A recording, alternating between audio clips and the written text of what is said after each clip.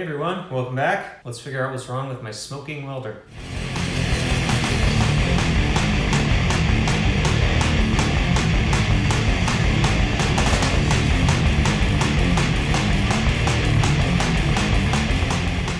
So if you're following my 53 Chevy Lowrider project videos, you saw at the end of episode 10, this thing burnt up. The problem at the time I very quickly figured out was the wires that run through the cable to turn on and off totally overheated, melted, smoked. So at the time, I thought I would maybe get a new welder. To get one good enough to make it worth it, it's just too much money compared to what I could fix this for. I brought it home. I'm gonna dig into it. I decided to make a video about it in case you have a same or similar welder with the same or similar problem. Hopefully by the end of this video, you'll know how to fix it and this one will be fixed. All right, so for starters, as I said, the smoking coming from inside was this connection. And you can see it was smoking. The insulation is completely fried off. Then the more I dug, I got into the handle, and that switch started to melt because of the heat going through the leaf switch. So I kind of wanted to save this because it's an actual Tweco gun, and these days most of them out there are just cheap Chinese ones. But I'm just gonna get a new gun. That's gonna take care of the mystery trigger problems, the smoked wire problems, hopefully everything. So here's the drive mechanism. And I noticed in that brief moment of time when it was acting strangely but hadn't started smoking yet, that the drive wheel was turning, but as soon as I would clamp down and put any pressure on it, it would stop it. So I wouldn't be surprised if that motor had been drawing too much current. So that's where I'm gonna start investigating. Okay, and I just heard a nut fall off in there, so I'm not gonna start there. I'm gonna start with this cover.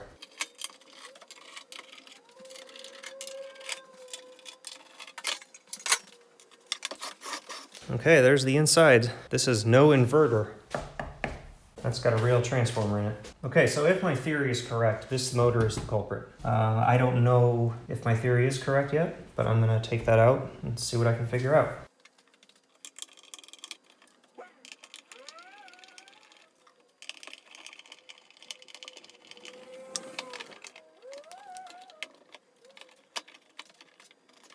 Oh, those are soldered on.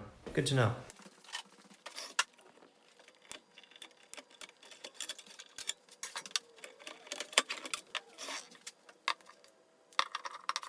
Okay, I'm over here now with my power supply. Did a little searching on eBay for these, and like 90% of them are 24 volts. So I assume it's 24. I'm gonna start at 12 just to make sure I don't overdo it. Right now I have the ground unhooked. Okay, right now I'm a little over 20, so I'm gonna take her down to 12.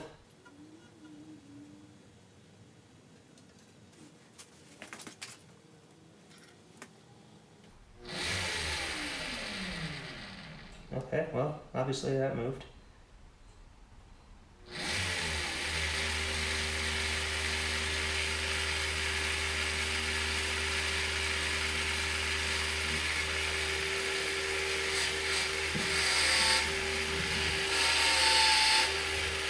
Yeah, that seems pretty hard to stop at 12 volts.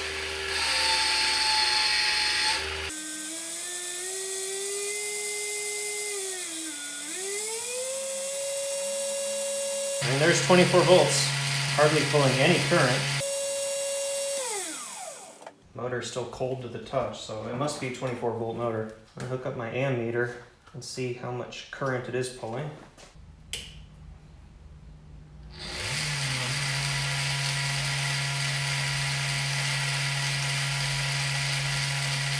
About 200 milliamps. That seems perfectly reasonable to me.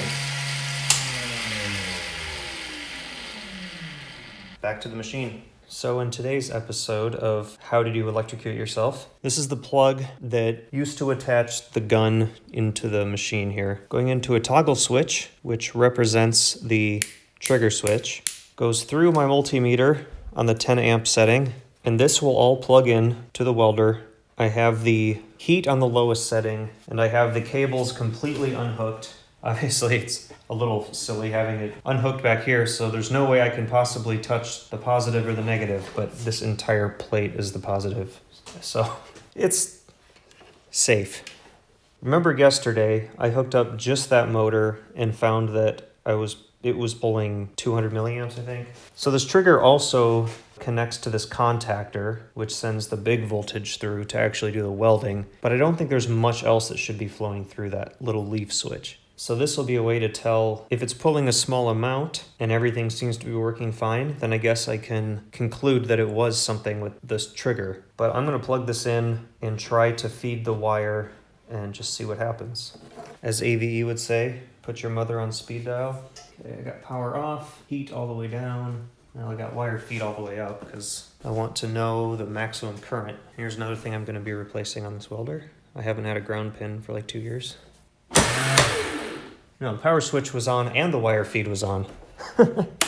I hate when they do power switches that way. If you flip it up to be off and down to be on. Okay, I'm gonna flip the switch, see what kind of current is flowing through it.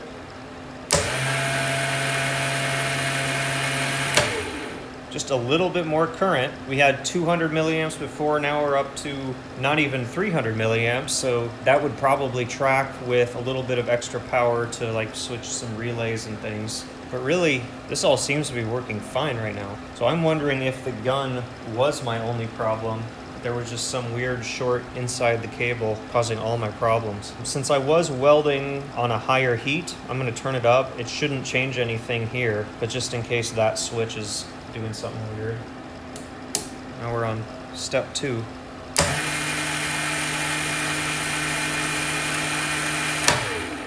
Point 3. Try step 3 here.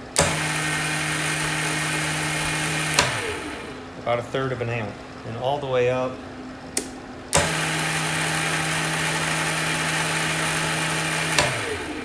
All this looks very good to me. I think I just need to replace the gun. So I'm going to get one of those ordered today, along with some odds and ends, and I guess we'll pick up this video whenever that comes in.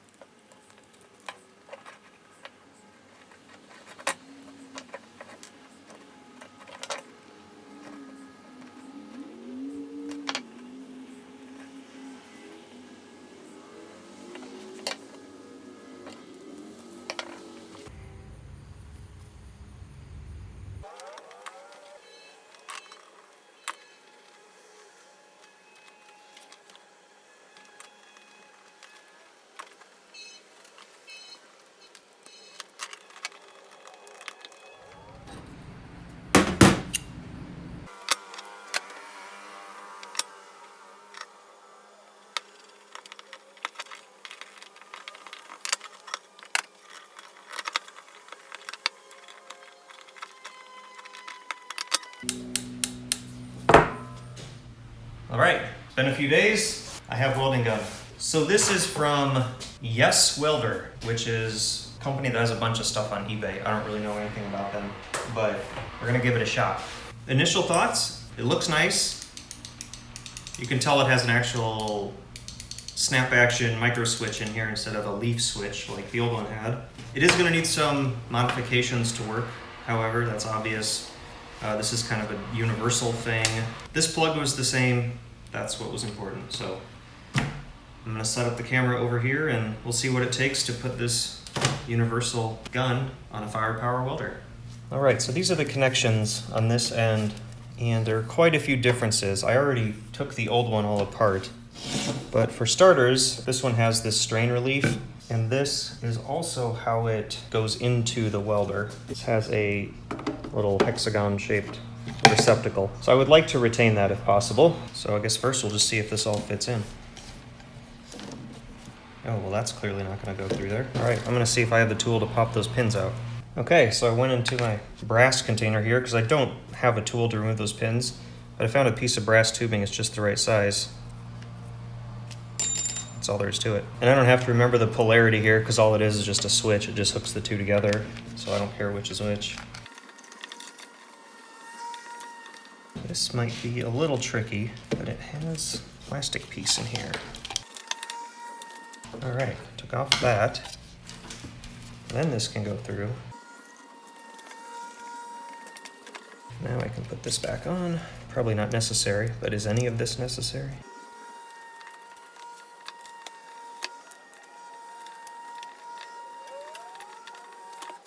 All right, so this was the original part that went in here and all of the things came out of. I'm gonna try to get that back on there. I don't know if I remember what went where. I think I need to go back and look at my pictures. Okay, I fingered it out. The cable sheath for the wire feed goes right through the middle. This hole here is for the ground cable. This whole thing doesn't go through. It's just stripped back, put in here, and the set screw holds to the ground here. And then it hooks into the gun, and that hooks to this large loop. So this small loop is not needed. The real question, this is much more flexible cable than the original. So we will see if, once I strip this back, it will even fit in that hole. I might have to drill that out. Okay, I just confirmed with this pulled all the way up to that plastic piece in the sheath that I still have enough length for this, for the trigger wire. So I'm going to go with that, because that'll give me a few extra inches of length on that welding lead. And who couldn't use a few extra inches of length? All right, so I want this to be inside of here, about yay far. So basically this wire needs to be cut flush with the end. So it makes me nervous, but what are you gonna do?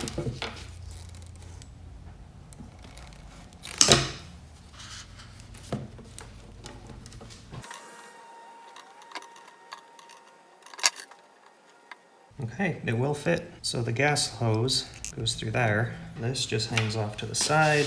This goes through the middle, and this goes in here. It is gonna fight me. Yeah, I'm gonna get that as tight as I can and tin it, and then maybe it'll actually go in there. I don't think I'm gonna have much of a chance getting that enough of that heated up with my little soldering iron. So I'm gonna try a plan B here.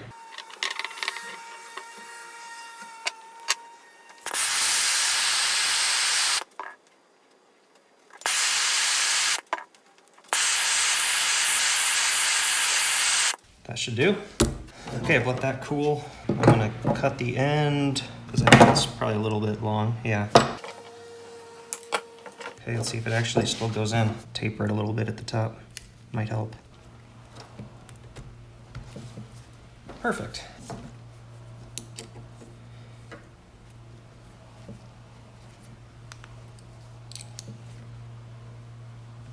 All right, so I think I'm done. This has a little cutout for the Allen head, I think. Where did the wires go? I guess they just come out the side, but that's not very slick. Okay, how this actually goes together, that cutout is for those wires. That Allen head doesn't really need any space, it'll just make room. So there we have it. This is gonna be way too long, but I'll find that out once I put it in. And then this is grounded, so then the loop on the welder will hook to that. This goes into the push lock fitting. I think we're ready to put it together. All right, so that does just barely reach. This is way too long. And this is way too long because it only goes to right there. So since that's just gonna be in my way anyway, I'll cut a lot of length off of that. And I believe this needs to go right to the end of there. So I'm going to mark that and cut it. And this is the next part, is this little collet, hold it in place. And I noticed it's kind of pinched down, so I need to open that up as well.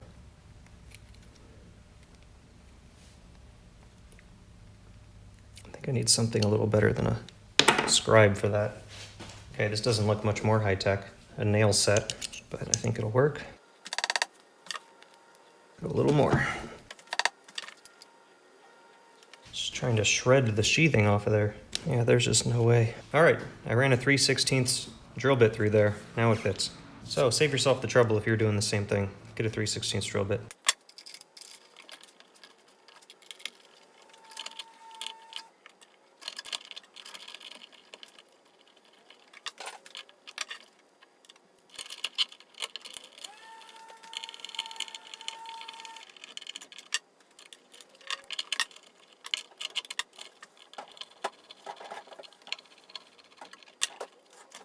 All right, one little quick change I want to do to this. It has a MIG tip on here, and I've just been using Flux Core recently, so I have a Flux Core tip. I'm going to put that on there and also make sure this is an 035 tip that came in it, because I got 035 wire.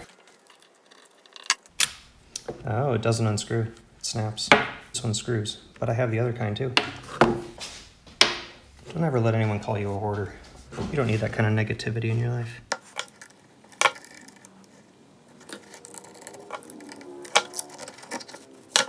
All right, everything's hooked up. Plug it into the wall, and feed the wire, and take a little test run.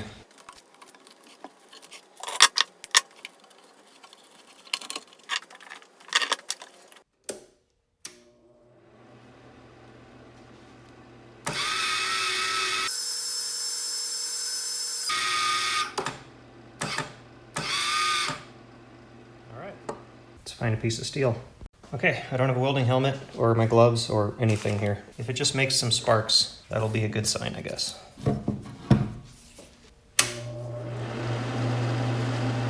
I got wire speed at 2 and heat on 2. Wish me luck.